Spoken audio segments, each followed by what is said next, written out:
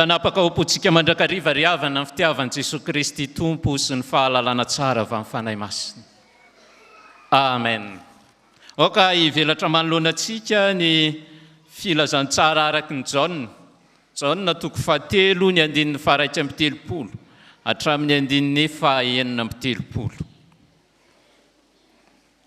Mibanjina hatrany isika ry havana ny lohahevitra manao hoe manorina ny fanekeny ny Tompo. Voalaza foana matetika ry havana fa firenena kristiana ny firenetsika dia Madagasikara zany. Kanefa hitatsika miharihary fa anjakan'ny faharatsiana ny firenetsika, anjakan'ny tsy fandriampahalemana, miparitaka eto amin'ny firenetsika ireo karazana zava-mahadomelona misy eran-tany, mirongatra izay tsy izo ny fanolanana, kanefa ambara fa firenena voafidy Madagasikara. Ka mahatonga ny fanontaniana amin'ny maro manao hoe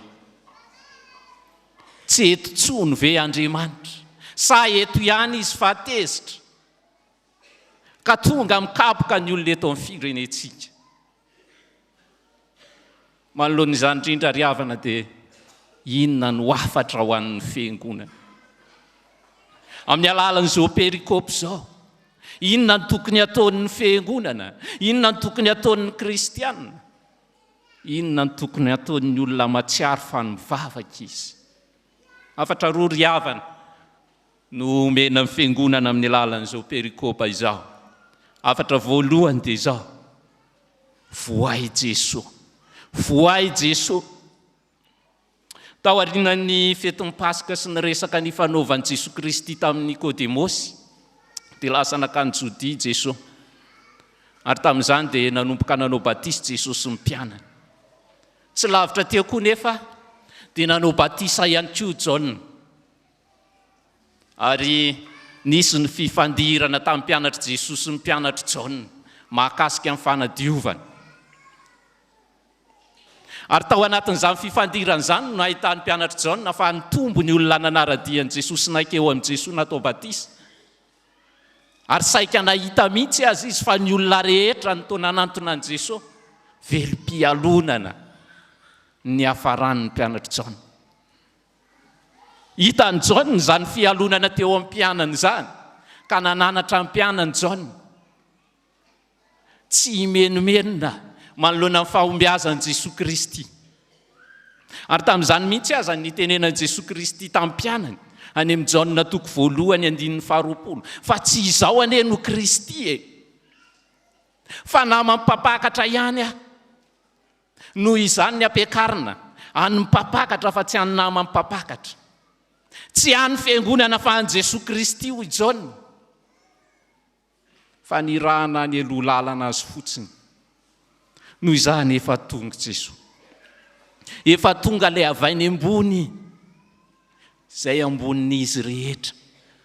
Mihoatra n'izy rehetra eny fa na izao Jaona mpanao batisa aza dia mbola ambany noho i Jesosy. Izay hitany sy reny mivantana tany an-danitra, no raisy ny mivantana tamin'Andriamanitra no Toriteny. Noho izany azo antoka kokoa no ambaran'i Jesosy Kristy. Tsy tahaka ny mpampianatra sasany sy ny mpaminany sasany any amin'ny testameta taloha Jesosy Kristy, izay nandray tamin'ny alalan'ny nofo sy ny fahitana, fa izy dia nandray mivantana tamin'Andriamanitra, nahita mivantana tany an-danitra. Dia hiteny eto Jaona manao hoe izy ny tena marina. Kanefa na izany aza ny nambarany Jaona, na izany aza ny nambarany mahakasika an'i Jesosy Kristy, na nanambara azy Jesosy Kristy, dia lazainy soratra masina eto fa tsy nandray ny olona. No hoe nandray eto ry havana dia hoe nanaiky. Izany hoe tsy nisy nanaiky ny lazainy Jesosy Kristy ny olona, na tena azo antoka aza ny nambarany. Tsy nisy nandray ny fampianarany ny resaka nataony, ny toriteny nataon'i Jesosy Kristy. Ny tiany Jaona ho lazaina ny mpianany dia izao: sokafo ny fonareo. Fa rehefa tsy misokatra amin'ny Jesosy Kristy ny fonareo, dia tsy ho azonareo ny fahamarinana lazainy. Ka ninona nataonareo dia tonga pakala sy arary fo mandrakariva ianareo. Rehefa tsy sokafanareo an Jesosy Kristy ny fonareo. Nanoloan'izany indrindra dia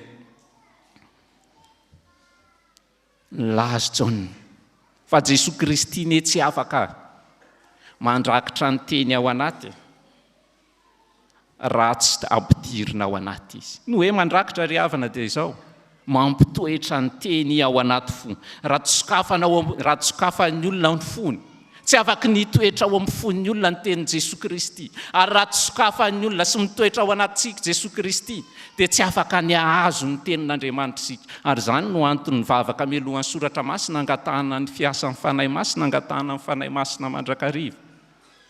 Satria tsy ho azontsika mihitsy ny fahamarinana lazainy ny soratra masina. Miresaka ny hoe tombo-kase ny 7:30. Ny tombo-kase resahana eto ry havana dia ny olona manokatra ny fony ka tonga mirakitra ao am-pony ny tenin'Andriamanitra. Mitoetra ao amin'ny fony ny tenin'i Kristy. Ka izany no mahatonga ny olona joro vavolombelona. Tsy ahajoro vavolombelona mihitsy ny olona noho izany raha tsy mitoetra ao anatin'ny fanahin'Andriamanitra, mampitoetra ao anatin'ny tenin'Andriamanitra. Ary izany no manamarina ny tenin'Andriamanitra ao anatiny sy ny fijoroan'ny vavolombelona akanamarina ny tenin'Andriamanitra. Ry afaka malala rehetra ao amin'ny Tompo. Sambatra isika fiangonana fa mbola miteny amintsika Jesosy Kristy ankehitriny manao hoe indro efa mitsangana eo am-baravarana ka mandondony. Raha misy mihenony feo ka mamono varavarana dia hiditra ao aminy aka hiara hisakafo aminy. Te hiasa ao anatintsika Jesosy Kristy. Te hiompi-piainana amintsika izy. Te hamany fatorantsika izy. Te hiaraka hiady amintsika izay adintsika rehetra Jesosy Kristy. Te hanala ny fahasahiranantsika izy. Kanefa tsy manery Jesosy Kristy ny amin'izany. Ary tsisy azo ny atao rehefa tsy voahintsika izy. Noho izany voahy Jesosy hiara-hiady aminao. Voahy Jesosy hamany fatoranao. Voahy Jesosy hanala ny fahantrana misy. Voahy Jesosy hampitrakanao ao anatin'ny olana sy ny fahoriana. Voahy Jesosy hanasitrana ny fery ao anatin'ny fonao. Fa matetika isika ny diso hevitra ry havana. Te ho sitrantsika kanefa Jesosy Kristy tsy ampidiritsika. Ka remy zao ny andro ry havana. So Jesosy mbola mandondonao ambaravarany fonao ao ivelany foana mandrakity ny androany. Na eny Toriteny ianao isan-kalahady kanefa tsy nitoetra ao amin'ny fonao zany teny zany. Fa raha vao mivoaka amin'ny varavaram-piangonana ianao dia adinonao. So mbola tsy ao Jesosy. So mbola tsy ao Jesosy. Ka mampikorontana ny fiainanao. Movenao rehefa mody dia miara-miditra ao atokantranonao amin'ny Jesosy ianao. So dia izany ny antony mampikorontana ny tokantranonao. Tsy miara-mody amin'ny Jesosy ianao. Tsy vohainao an Jesosy ny tokantranonao. So zany ny mampikorontana ny firenetsika. Tsy vohaintsika Jesosy. Fa amin'ny zavatra rehetra misy dia avelatsika nivelana izy. Move Jesosy tena vohain'ny fiangonana. Tena tafiditra ao amin'ny fiangonana ve Jesosy? Ary zany ny tantara mandeha matetika manao hoe nisy fiangonana tany ivelany dia natokana ho an'ny fotsy hoditra ihany. Dia nisy mainty hoditra kiray mba naniry ny hiditra dia voasakana teo ambaravarana izy. Tsy mahazo miditra ato ianao fa natokana ho an'ny fotsy hoditra ihany ty. Nalahelo mafy izy ka hoy Jesosy taminy, aza malahelo enao fanahy izao aza tsy mba tafiditra ao. Ahoana ny andraikitry ny fiangonana. Andeha ry havantsika andiny tena lalina. Ny amin'ny fiainantsika ka raha tsaroantsika fa mbola feno fikorontanana ny fiainantsika. So dia mbola tsy ao Jesosy. Ampidiro Jesosy raisy Jesosy. mba hanome antsika ny fiadanana fa indrindra ihany koa hitaomany antsika sy tarihany antsika ho amin'ny tena fiainana dia ilay ho avoatrany sy nomany ho antsika dia ny fiainana mandrakizay. Fa ny hafatra faharoa dia izao ry havana, omeo fahefany Jesosy. Rehefa novoainao Jesosy ka nampidirinao dia aza ampidirina fotsiny izy fa omeo fahefany izy. Andriamanitra nanome fahefana ny Jesosy Kristy no hitantsika eto, izay milaza hoe nanolotra ny zavatra rehetra hoe ho an-tànany. No hoe nanolotra ry havana dia izao nanome fahazahoan-dalana, autorisation. Tsy misy fetra ny fanomezan'Andriamanitra amin'ny fahazahoan-dalana ny Jesosy Kristy io. Ary lazainy hoe tsy misy fetrany dia hoe tsy azo refesina, tsy voarefy. Zany hoe tsy misy fahataperana. Zany ny fahefana ananan Jesosy Kristy. Manamafy zany eo amin'ny andininy fahefatra amby 30 nomena azy ny fanahy masina izay tsy misy fetra. Zany hoe tena feno ny fanahin'Andriamanitra Jesosy Kristy. Feno ny maha-Andriamanitra azy. Nomena azy ny fahefana rehetra. Ary zany no ilazany Jesosy Kristy any Matthieu 7:20 manao hoe efa nomena ny fahefana rehetra any an-danitra sy ety an-tany.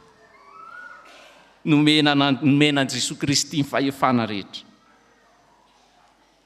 Ry havana malala, Andriamanitra aza nanome fahefana ny Jesosy Kristy. Fa ahoana ianao? Sa ianao mbola te hihoatra an'Andriamanitra? Ka tsy sa manome fahefana ny Jesosy Kristy. Ary safidy nomeny Jesosy Kristy eo amin'ny andininy 9:30. Izay mino ahy no manana fiainana mandrakizay. Fa zay tsy mety mino izy dia fahatezeran'Andriamanitra no hiantra aminy. Fa ny hitarihan'i Jesosy Kristy eo dia ilay voalohany mba hinotsika an Jesosy Kristy. Fantatsika tsara ny antsoina hoe mino dia hoe mampiditra any anaty ary tonga manova. Fa na mampiditra any anaty ary isika ka tsy manome fahefana ny Jesosy Kristy dia tsy tonga hiova ny fiainantsika, tsy afaka manova antsika ny tenin'Andriamanitra, tsy afaka manova antsika Jesosy Kristy. Omeo fahefana izy. Ary ny fanomezan'Andriamanitra fahefana azy dia mba hatanteraka ny teny fanaken'Andriamanitra tamin'izao tontolo izao, ny teny fampanantenan'Andriamanitra. Tanteraka izany. Ry havana malala rehetra ao amin'ny Tompo, tsarovantsika mandrakariva ny vanim-potoana ny ovantsika fo. Fa moa ve tena nomentsika fahefana izy rehefa noraisitsika? Omeo fahefana Jesosy Kristy. Fa amin'ny aretina misy eo amin'izao tontolo izao dia manam-pahefana na sitrana an'izany Jesosy Kristy. Amin'ny olana rehetra misy eto amin'izao tontolo izao dia efa ananan Jesosy Kristy ny fahefana avy amin'Andriamanitra hanapotika izany amin'ireo mampahory antsika. Na ny fahantrahany izany, na ireo karazana olana maro samihafa, ananan Jesosy Kristy ny fahefanany amin'izany.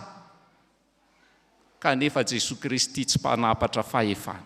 Ka anery anao izy mba hiasa ao anatinao. Anery anao izy anasitrana ny aretinao, fa rehefa tsy omenao fahefana izy dia mipetraka Jesosy Kristy. Tsy manapatra fahefana izy ary zany matena fitiavana azy. Kanefa ry havana dia tsarovy. Fa rehefa tsy omentsika fahefana Jesosy Kristy dia tonga resy mandrakariva isika.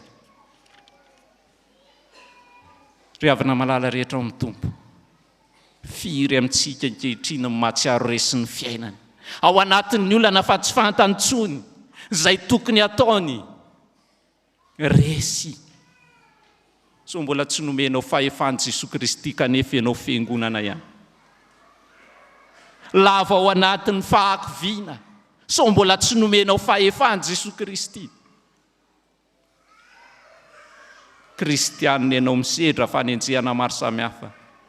Tonga solafaka ianao so dia mbola tsy nomenao fahefana Jesosy Kristy. Nanantona azy ihany ianao niraisinao ihany izy, kanefa tsy nomenao fahefana izy. Ary tsaroko mandrakariva zany ry havana isaky ny mahita perikôpy ohatr'izao dia tamin'ny teo aloha tamin'izaho mbola tsy niomana ho mpitandrina, dia manao livraison aty an-Tananarivo moa ny asanay. Dia miaraka amin'izay ramatoa ankiray izay dia miloloha entana amin'ny sakosy. Dia miditra ao anaty taxi be izay. Dia matetika miara-mipetraka dia jereko ohatr'izao hoe efa mandeha ilay tômôbilina fa ilay entana mbola lolohaviny eny an-doha eny ihany. Tahaka izany koa ny toetrantsika kristianina matetika. Niraisintsika Jesosy Kristy fa tsy nomentsika azy no fiainantsika ny amintsika manontolo ka tonga mavesatra mandrakariva ny entantsika. Nampidiritsika ihany izy fa tsy nomentsika fahefana. Mailakitsika miteny hoe ento ambavaka fa manan'olana. Kanefa tsy omentsika fahefana amin'ny olana misy eo amin'ny fiainantsika izy mba hamahan'ny olana. Move efa nomenao fahefana amin'ny tananao Andriamanitra. Ka zay raisy ny tananao sy ataon'ny tananao dia Andriamanitra no nibaiko azy. Nomenao fahefana ny masonao ve Andriamanitra, ka zay rehetra jeren'ny masonao dia Andriamanitra no nibaiko. Move nomenao fahefana Jesosy amin'ny tongotrao, ka zay rehetra diavinao sy alehanao dia angatahanao fahazavana avy amin'Andriamanitra. Move nomenao fahefana amin'ny ankohonanao Andriamanitra, ka zay rehetra atao anatin'ny ankohonana dia apetraka amin'Andriamanitra avokoa. Move efa nomenao fahefana amin'ny vadinao io Andriamanitra. Move efa nomenao fahefana amin'ny zanakao Andriamanitra. Ry tanora, move efa nomenao fahefana amin'ny fiainan'ny fahatanoranao Jesosy. Ka zay rehetra ataonao dia apetraka ao fiaino eo ampelantanany. Move efa nomentsika malagasy fahefany Jesosy Kristy. Fa sao zany marendrika amin'ny firenentsika izay mikirosy fahan'andro aman'alina satria tsy omentsika fahefany Jesosy. Fa na inona lazaina dia mikirosy fahany isika. Tsy hanometsiny an'izy tsika. Fa ndeha ny tenantsika nodiniantsika lalina nomentsika fahefana ve izy.